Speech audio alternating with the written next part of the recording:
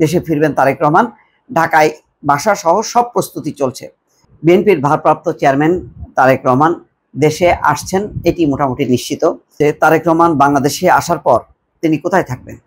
তার সেনানিবাসের বাড়ি তো শেখ হাসিনার সময়ই, শেখ হাসিনার নিজের নির্দেশনায় সেটি একেবারে ধ্বংস করা হয়েছে।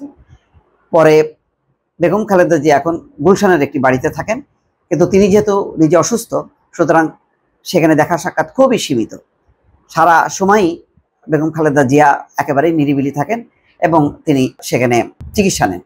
ফলে তার এই বাড়িটা রাজনৈতিক কার্যালয় হবে না। এখন তারেক রহমান কোথায় থাকবেন সেই ব্যাপারে বেশ কিছুদিন থেকে দলের পক্ষ থেকে নানা রকম অনুসন্ধান করা হচ্ছিল, যে উপযুক্ত বাড়ি, যার একটি নিরাপত্তা নিশ্চিত করা যাবে তেমন একটি বাড়ি খোঁজা হচ্ছিল। শেষ পর্যন্ত যেই ট্রিবিউন, ঢাকা ট্রিবিউন একটি রিপোর্ট করেছে, সেখানে বলা হচ্ছে তারেক রহমানের জন্য প্রস্তুত করা হচ্ছে বারিধারা ডিওএইচএস এর একটি বাড়ি। ডিওএইচএস এর একটি বাড়ি তার জন্য প্রস্তুত করা হচ্ছে। দেশে ফিরে তিনি সেখানেই উঠবেন। লন্ডনে তারেক রহমানের ঘনিষ্ঠ একাধিক বিশ্বস্ত সূত্রে এই তথ্য জানিয়েছে। জানা গেছে তারেক রহমানের স্ত্রী ডাক্তার জোবাইদা রহমান এবং তার বোন শাহিনা জামান বিন্দুর উত্তরাধিকার সূত্রে বারিধারা ডিওএইচএস এ একটি বাড়ি আছে।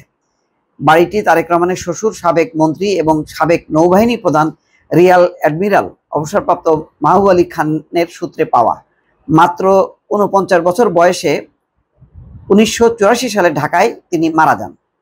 তারেক রহমান সস্ত্রীক ঢাকায় গিয়ে ওই বাড়িতেই উঠতে চান। সেই লক্ষ্যে বাড়িটিতে বড় ধরনের সংস্কার কাজ চলছে। বাড়ির কিচেন, বাথরুম সহ অনেক অংশ ভেঙে আধুনিক ডিজাইনে কাজ করানো হচ্ছে।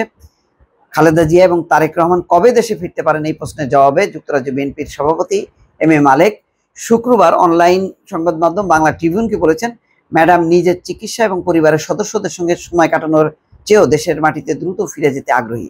চেয়ারম্যান তারেক রহমান দেশে ফিরবেন বলে মন্তব্য করেছেন বেগম খালেদা জিয়ার চিকিৎসক দলের স্থায়ী কমিটির সদস্য ডাক্তার AZM জাহিদ হোসেন। তাই তারেক রহমানের দেশে ফেরার বিষয়ে সাংবাদিকদের তিনি বলেন, এটি এখন সময়ের ব্যাপার মাত্র।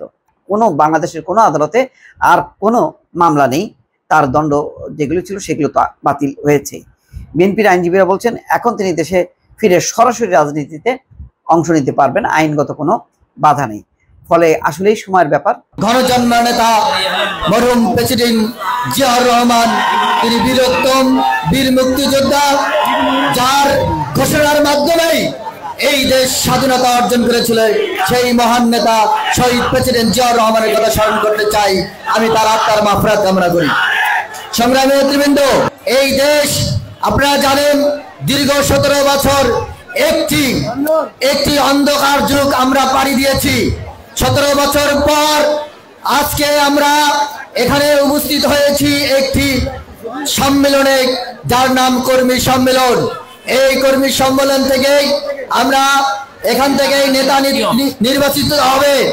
জনাব তারেক রহমান বলেছেন, যারা দীর্ঘদিন মামলা হামলা এবং গুম খুনের শিকার হয়েছে, যারা রাজপথে থেকে যুদ্ধ করেছে, আগামী দিনের নেতৃত্ব তাদের হাতে হবে ইনশাআল্লাহ। যারা ফ্যাসিবাদী আন্দোলনের সাথে যুক্ত ছিল না, যারা হাইব্রিড নেতা, যারা ৫ তারিখের পরে এসেছেন, দয়া করে তারা আপনারা এই আগামী দিনে স্বেচ্ছাসেবক দলের নেতৃত্ব আশা করবেন না। আপনারা তারেক রহমান বলেছেন একটি সমৃদ্ধ বাংলাদেশ বিনির্মাণের একটি স্বপ্ন দেখছেন, সেই স্বপ্ন বাস্তবায়ন করবে ইনশাআল্লাহ জাতীয়তাবাদী স্বেচ্ছাসেবক দল। জাতীয়তাবাদী স্বেচ্ছাসেবক দল একটি স্বচ্ছ প্রক্রিয়ার মাধ্যমে একটি কমিটি উপহার দেবে আপনাদের গাবতলীতে। সংগ্রামী নেতৃবৃন্দ, এই দেশে ষড়যন্ত্র চলছে, ষড়যন্ত্র এখনো শেষ হয় নাই। আমরা জাতীয়তাবাদী দল এই ডিসেম্বরে নির্বাচনের রূপরেখা দিয়েছে। এই ডিসেম্বরের মধ্যেই নির্বাচন হতে হবে। আপনারা যতই তালবাহানা করেন, যতই ষড়যন্ত্র করেন, ষড়যন্ত্র করে লাভ হবে না। এই ডিসেম্বরের মধ্যেই জাতীয় ইলেকশন দিতে হবে। আপনারা প্রস্তুত থাকেন, আন্দোলন শেষ হয় নাই, আন্দোলন চলবে, আন্দোলন চলমান।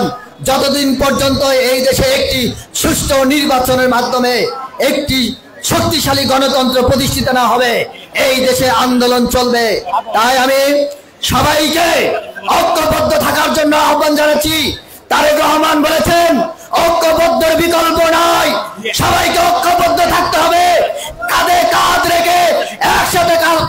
হবে। তিনি বলেছেন এই নির্বাচন অত সহজ না। কিছুদিন আগে তিনি বলেছেন এই নির্বাচন অত সহজ না, এই নির্বাচন হবে অদৃশ্য শক্তির সাথে নির্বাচন। তাই আমি সবাইকে ঐক্যবদ্ধ থাকার জন্য উদাত্ত আহ্বান জানিয়ে আমি আমার বক্তব্য শেষ করছি। খোদা হাফেজ। বাংলাদেশ জিন্দাবাদ। শহীদ জিয়া অমর হক। আগামী দিনের রাষ্ট্রনায়ক দেশ নায়ক জনাব তারেক রহমান জিন্দাবাদ। 2021 সালে আজকে যারা এই কমিটি অনুমোদন দিয়েছে থানা এবং পৌর, আমি এই থেকে 5 বছর লড়াই সংগ্রাম আন্দোলন, আজকের যে কমিটি যারা আজকের এই কর্মী সমাবেশ আয়োজন করেছে তারাই কিন্তু এই গাবতলী থানার এবং পৌরর এই আমাদের সকল কর্মকাণ্ডের সাথে কিন্তু জড়িত। তাই আমি বলবো আরেকটি কথা না বললে নয়, এই কমিটি যখন অনুমোদন হয় তখন সরকার মুকুল হচ্ছে জেলে। তাই যে জেলার যখন সদস্য সচিব হয়েছিল তাই কিন্তু তখন জেলখানায় আমি কয়েকদিন তার সাথে জেলখানায় দেখা করেছি, কারণ তারেক রহমানের এত প্রিয় পাত্র ছিল যে জেলখানা থাকাকালীন তাকে সদস্য সচিব করেছিল এই বগুড়া জেলার।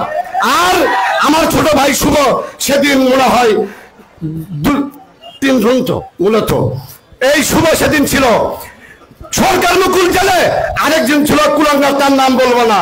আমার শুভ ভাই এবং সরকার মুকুলের সাথে সমন্বয় করছি করে এই 2টি ইউনিটের অনুমোদন দিয়েছে কিন্তু তারাই।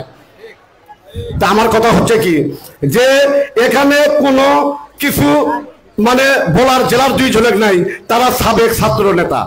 আজকে তারেক রহমান যাদের সরাসরি কমিটি দিয়েছে বাংলাদেশের আর কিন্তু কেউ জানে না যে সভাপতি সেক্রেটারি তারা হবে। জেলা যুব দল, জেলা ছাত্র দল, শহর যুব দল, শহর স্বেচ্ছাসেবক দল, এগুলো ডাইরেক্ট অ্যাক্টিং চেয়ারম্যান তারেক রহমানের কমিটি। বাংলাদেশের আর কারো কমিটি কিন্তু না। বগুড়া জেলাকে, এই বগুড়া জেলাকে তার নিজের জেলা হিসেবে যাতে বিগত দিনের আজকে তাই 17.5 বছর হলো দেশে প্রত্যেকটা নেতা কর্মীর ফাইল আছে কিন্তু তার কাছে। আমরা যারা বিএনপি করি আর তারা তো জেলার নেতা, তাদের ফাইল আছে। কারণ কাকে এই কমিটি দিতে হবে? আজকে ছাত্র দল, যুব দল, স্বেচ্ছাসেবক 5টা ইউনিটের কমিটি এট এ টাইমে কিন্তু তারেক রহমান ঘোষণা করেছে। তাই তাদের কাছে যদি আমি বড় বড় গল্প করি, মায়ের কাছে মাসির গল্প হবে। এমন 2টি ব্যক্তি দায়িত্বে আছে আর 5 বছর হলো এই কমিটির মেয়াদ। এখানে 1 বছর আগে এই দক্ষিণ এলাকায়, আমি দুঃখের বিষয় সেদিন ছিলাম না, আমি ঢাকায় ছিলাম, মিল্টন ভাই ছিল, 3টা ইউনিয়ন একটা কর্মী সমাবেশ হয়েছিল, আপনাদের মনে আছে কিনা জানি না। আমি পরে 10টি ইউনিয়নে মশাবানে কর্মী সমাবেশ করা হয়েছিল, প্রধান অতিথি ছিল সেদিন হেলা ভাই এই 2 জনের নেতৃত্বে। তাই আমি বলবো বিগত দিন